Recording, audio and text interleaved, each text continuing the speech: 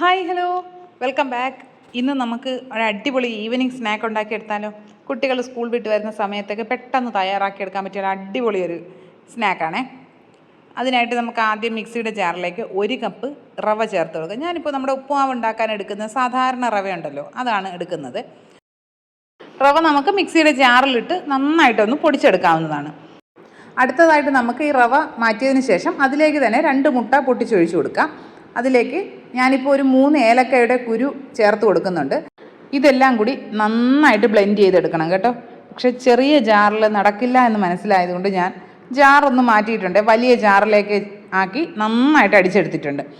ഇനി ഇതിലേക്ക് 2 table spoon നെയ്യാണ് ചേർത്ത് കൊടുക്കുന്നത്. നിങ്ങൾക്ക് വേണമെങ്കിൽ ബട്ടറോ ഓയിലോ യൂസ് ചെയ്യാവുന്നതാണ്. വെളിച്ചെണ്ണ ഉപയോഗിക്കരുത് കേട്ടോ.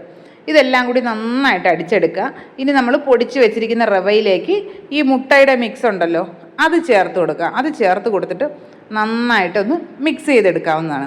ഇനി ഇതിലേക്ക് നമ്മൾ മധുരത്തിനായിട്ട് ചേർക്കുന്നത് ശർക്കരപ്പാനിയാണ് കേട്ടോ. ഒരു 1/2 കപ്പ് ശർക്കരപ്പാനി ഞാൻ എടുത്തിട്ടുണ്ട്. തിക്കായിട്ടുള്ള ശർക്കരപ്പാനിയാണേ. നിങ്ങൾക്ക് പൊടിച്ച ശർക്കര വേണമെങ്കിൽ അങ്ങനെ ചേർത്ത് മിക്സിയിൽ അടിച്ചെടുക്കാവുന്നതാണേ. പിന്നെ നമ്മൾ ആവശ്യത്തിന് വെള്ളം ചേർക്കേണ്ടി വരും. ഇപ്പോൾ ഞാൻ ശർക്കരപ്പാനിയാണ് ചേർത്തിരിക്കുന്നത്. ശർക്കരപ്പാനിയും കൂടി ചേർത്തിട്ട് നന്നായിട്ടൊന്ന് മിക്സ് ചെയ്ത് കൊടുക്കുക. ഇനി ഇതിലേക്ക് 1 നുള്ളു ഉപ്പ് ചേർത്ത് കൊടുക്കുക. ആ ഒരു മധുരം ഒന്ന് ബാലൻസ് ആയി കിട്ടാൻ വേണ്ടി 1 നുള്ളു ഉപ്പ്, പിന്നെ ഒരു 1/4 കപ്പ് വെള്ളം കൂടി ചേർത്ത് കൊടുക്കുന്നുണ്ട്. ഇത് അത്യാവശ്യം നല്ല തിക്കായിട്ടുള്ള ബാറ്റർ ആയതുകൊണ്ട് 1/4 കപ്പ് വെള്ളം കൂടി ചേർത്തിട്ട് നന്നായിട്ടൊന്നുകൂടെ മിക്സ് ചെയ്യുക. എളുപ്പത്തിന് വേണ്ടി ഞാൻ എല്ലാം കൂടി മിക്സിയിൽ തന്നെ ഒന്നുകൂടെ ഒന്ന് കറക്കി എടുത്തിട്ടുണ്ട്. അപ്പോഴേക്കും നല്ല പെർഫെക്റ്റ് ആയിട്ട് കിട്ടിയിട്ടുണ്ട്. ഇനി നമുക്കിതിലേക്ക് കുറച്ച് തേങ്ങ ചേർത്ത് കൊടുക്കാം. ഒരു 1/4 കപ്പ് തേങ്ങ, നല്ല ഫ്രഷ് തേങ്ങയാണ് കേട്ടോ. അത് ചേർത്ത് കൊടുത്ത് മിക്സ് ചെയ്തിട്ടുണ്ട്. നിങ്ങൾക്ക് വേണമെങ്കിൽ ഡെസിക്കേറ്റഡ് കോക്കനട്ടും ചേർക്കാം കേട്ടോ. നമുക്ക് വേണമെങ്കിൽ ഇതൊരു 10-15 മിനിറ്റൊക്കെ ഒന്ന് റെസ്റ്റ് ചെയ്യാനായിട്ട് മാറ്റി വയ്ക്കാം കേട്ടോ. ഞാനിപ്പോൾ അങ്ങനെ വെക്കുന്നില്ല. ഇതിലേക്കൊരു 1/2 ടീസ്പൂൺ ബേക്കിംഗ് സോഡ ചേർക്കുന്നുണ്ട്.